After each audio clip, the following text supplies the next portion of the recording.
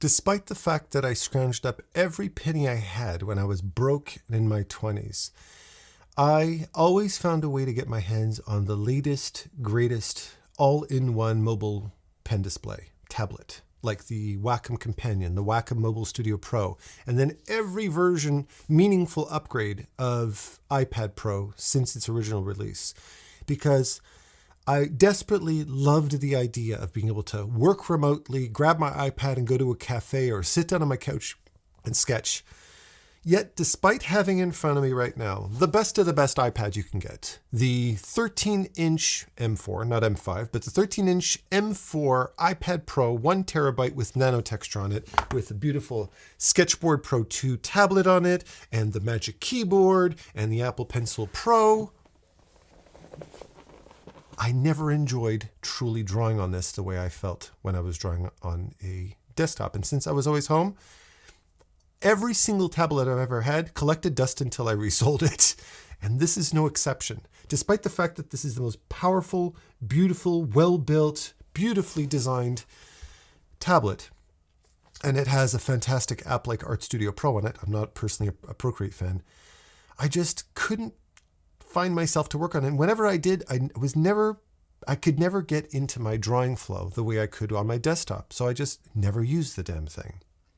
Fast forward to a couple of weeks ago, and I can't help but notice the raving reviews of the Wacom MovinkPad Pro 14.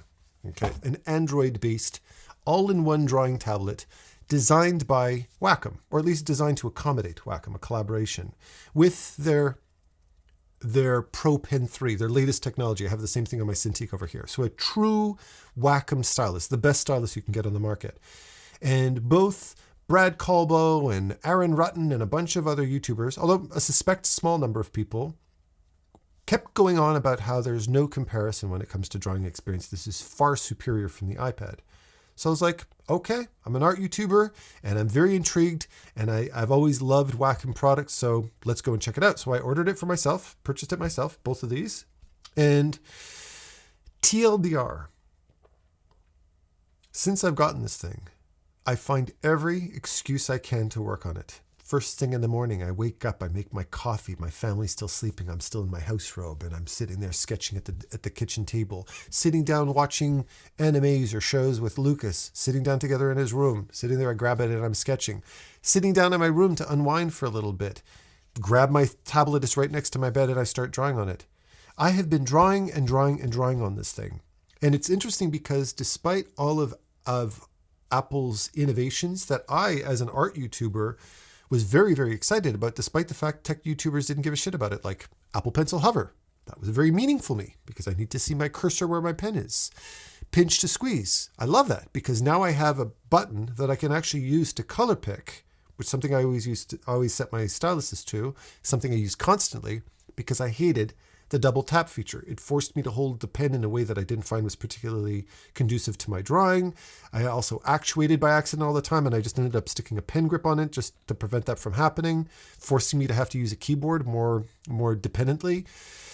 Nano Texture, which now, in my opinion, is a true pen display surface. That's a lot nicer to draw on. Despite all that, I couldn't get myself to enjoy drawing on it the way I could on a pen display. However, as soon as I got this in the mail, when I started drawing on it, I couldn't put the damn thing down. And I want to share with you, in a very non-formal conversational way, why I absolutely love this thing, and why, since the original tablet, the original Wacom tablet that came out, this is the first one that won my heart, for real.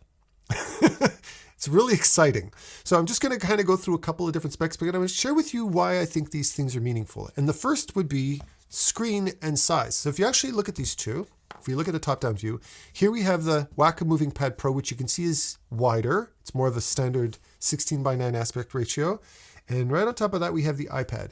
And you can notice the first thing that the MovinkPad gives you is that extra inch of screen real estate on one side, making it a wider display. Why is that meaningful for an artist like me? Because this is where your interface elements go. If we go back to the iPad over here, if we're looking at the iPad and I open up something like Art Studio Pro, you're going to see that if I open up my color, that extra inch on the side is where my interface goes, meaning this is the real estate that I have to draw on unless I hide and show my interface like this, right? However, that's exactly where my interface elements will go if I'm working on something like Clip. I always put my interface elements over here, my UI, okay? So you can see now I've got that extra real estate on the side and I've got that much more drawing space to work on. That's the first important thing. Now, to each their own. Is this a deal breaker for me for the iPad? No, but I definitely prefer working on this aspect ratio. And when I do decide to flip it to portrait, I have a full long portrait mode versus the iPad that tends to be a little bit more of that square feature. So it doesn't make a significant difference whichever way you're holding it. As far as the Nano Texture is concerned, how do I feel about Nano Texture compared to Wacom's Movink? Well, the Nano Texture is a fantastic screen and it's a fantastic image quality. However, comparably, you'll notice it doesn't make a huge difference. In fact, I think they're both very comparable. They're both OLED screens. The brightness is comparable between the two. However, remember, Nano Texture wasn't marketed or intended, at least outwardly, as a pen display. It was just a feature that helps to diffuse light reflections. On the Movink, this is a Wacom pen display surface designed to work fluidly with the Pro Pen 3. This is a genuine pen display surface. So even though the difference is not huge, this is definitely a preferable pen display to work on in terms of feel because it's designed to do that. The other thing to mention about Nano is that they hide Nano Texture behind a 1 terabyte upgrade, which is a very expensive upgrade from Apple, where with the Movink, it comes default with the tablet itself because this is designed for drawing. And I think that's a very important segue into what I started to realize about the iPad and what doesn't work about the iPad that the Wacom got right. One of Apple's biggest problems with the iPad is it has an identity crisis.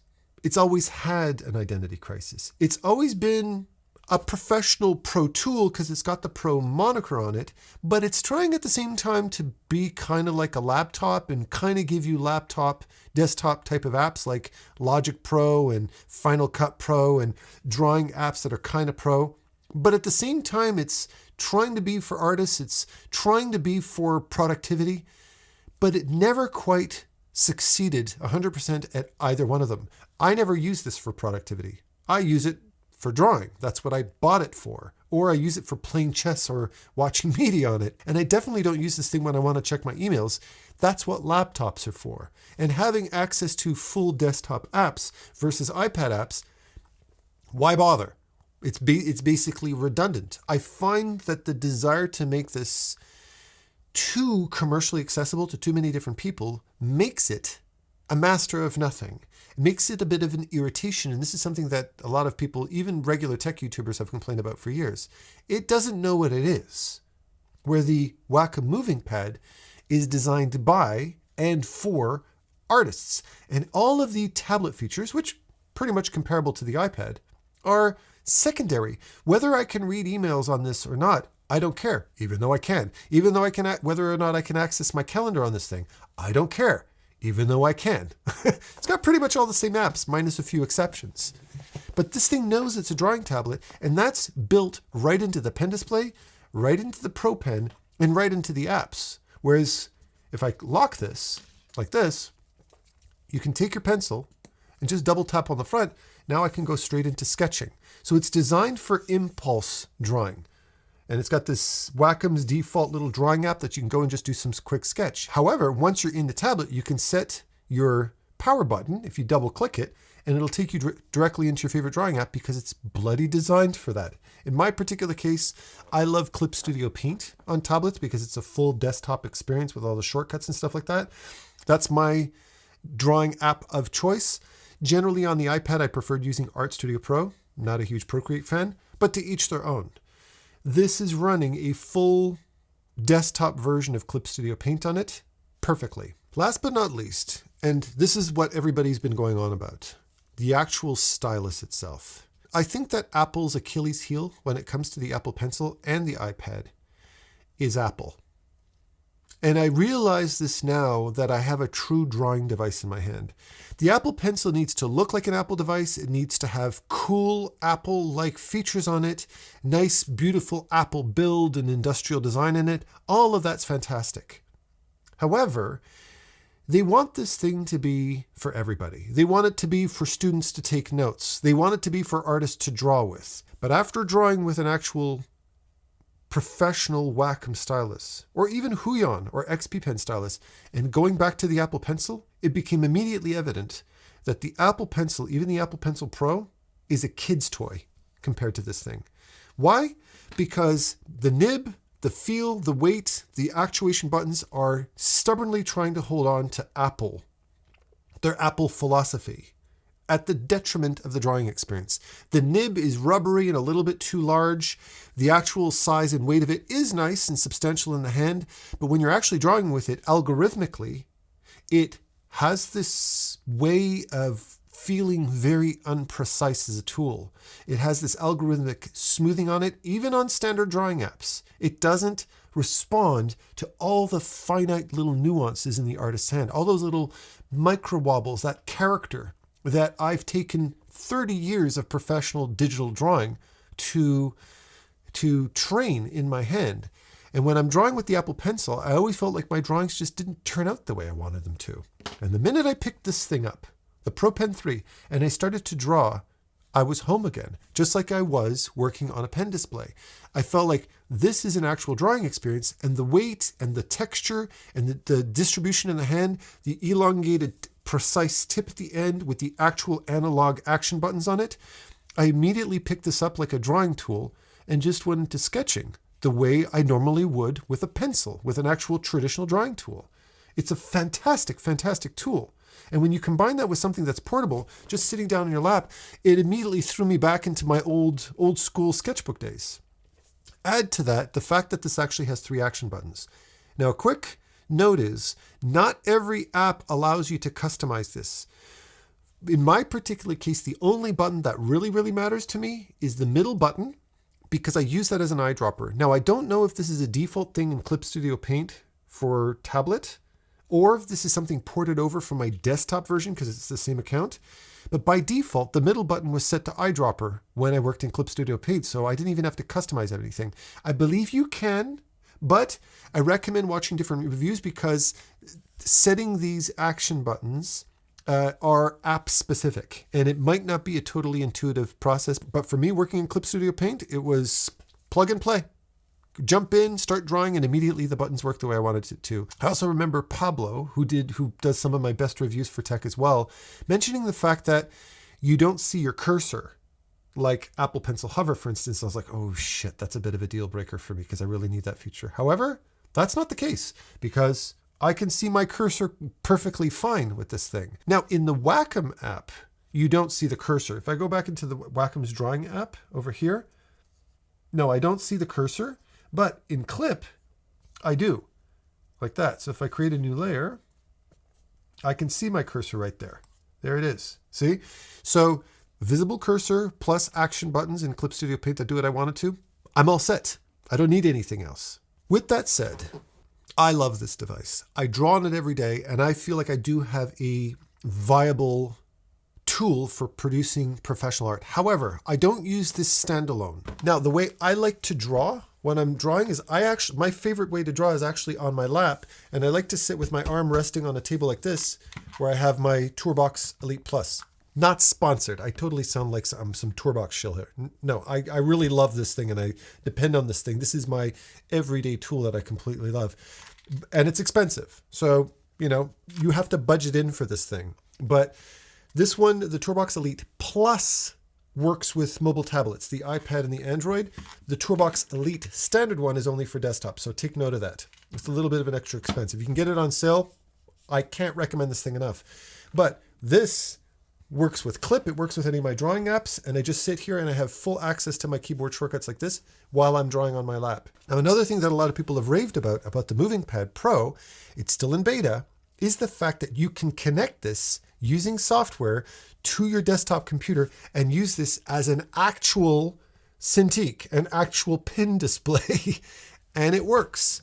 Now, in my particular case, it was a little bit laggy. It is still in beta. It had things to work out, but it works both wired and wireless. Holy smokes. But I could work in Photoshop, desktop Photoshop, a desktop app on my MovinkPad Pro 14 with a little bit of lag, some hitches, but that's something the iPad can't do at all. There's no comparison here. It doesn't even have that feature. So I went and I bought myself a little mini Logitech keyboard and mouse. So if I needed, I could take it with my laptop to a cafe and just use this as a pen display if needed. And that's a big plus. So who would I recommend the iPad Pro to? And who would I recommend the Wacom MovinkPad Pro 14 to? If you love Procreate or Art Studio Pro, currently they are only available on iPad. So if you're a real hardcore Procreate user that a lot of artists out there are, I'm not, then that would definitely be something you'd want the iPad for, because that's not available on Android just yet.